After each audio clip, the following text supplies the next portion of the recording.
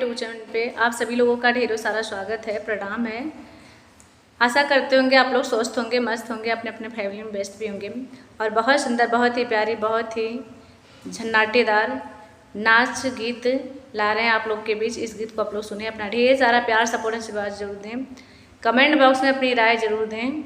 यह गीत कैसा लगा लाइक सब्सक्राइब शेयर करें, सपोर्ट करें। तो प्लीज़ आप लोग एक बार हमारे चैनल से ज़रूर जुड़ें। आप लोग से रिक्वेस्ट है कि एक बार चैनल से जरूर जुड़ें आप लोग। सरसों के साग जोरी की रोटियाँ पिया खाना वहाँ खाए भूखा बरतिया। सरसों के साग जोरी के रोटियाँ पिया खाना वहाँ खाए भूखा बरतिया। पिया खाना वहाँ खाए भूखा बरतिया। होता सवेरे अपने भैया के बोलाइबे, भैया के बोलाइबे हो, भैया के बोलाइबे। होता सवेरे अपने भैया के बोलाइबे। चल जइबे नहीं हरवा तू माना बतिया। पिया खाना वाना खाइबे भूखा बरतिया। चल जइब नहीं हरावा तू माना बतिया। पिया खाना वाना खाइबे भूखा बरतिया। पिया खाना वाना खाइबे भूखा बरतिया। ससुर के हाल धन नैहर ना बताया।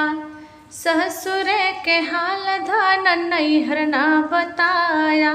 ताना मरी है तोहरी भौजी सहना पैबो बतिया। और ताना मरी है तोहरी भौजी सहना पैबो बतिया। कि पिया खाना वाना खाइबे भूखा बरतिया।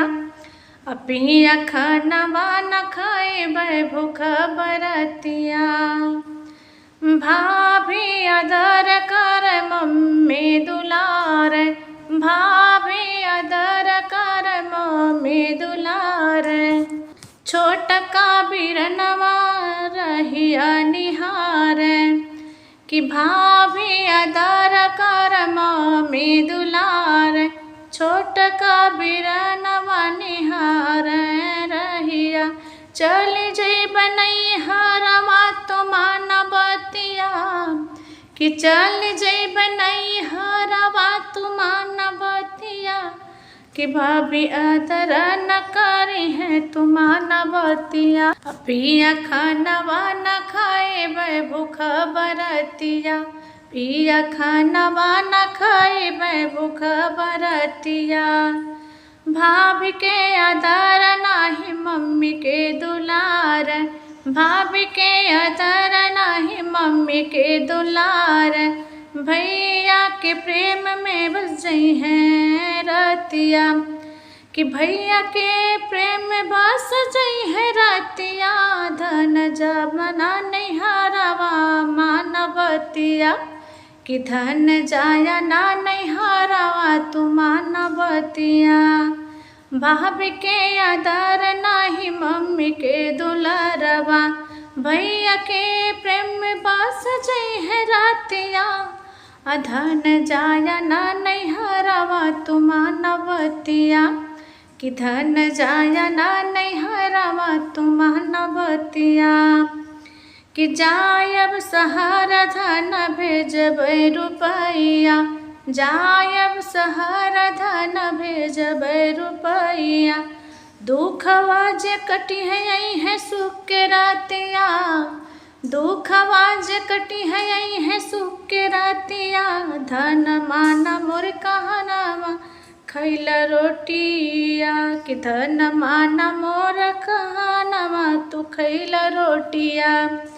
कि धन माना मोर कहनावा तू खैला रोटिया। सरसों के साग जोरी के रोटिया।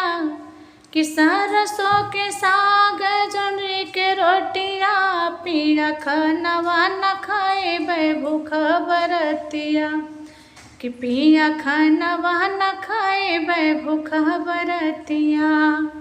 बहुत ही प्यारी लाचारी गीत है। इस गीत को आप लोग सुने, अपना ढेर सारा प्यार सपोर्ट आशीर्वाद जरूर दें।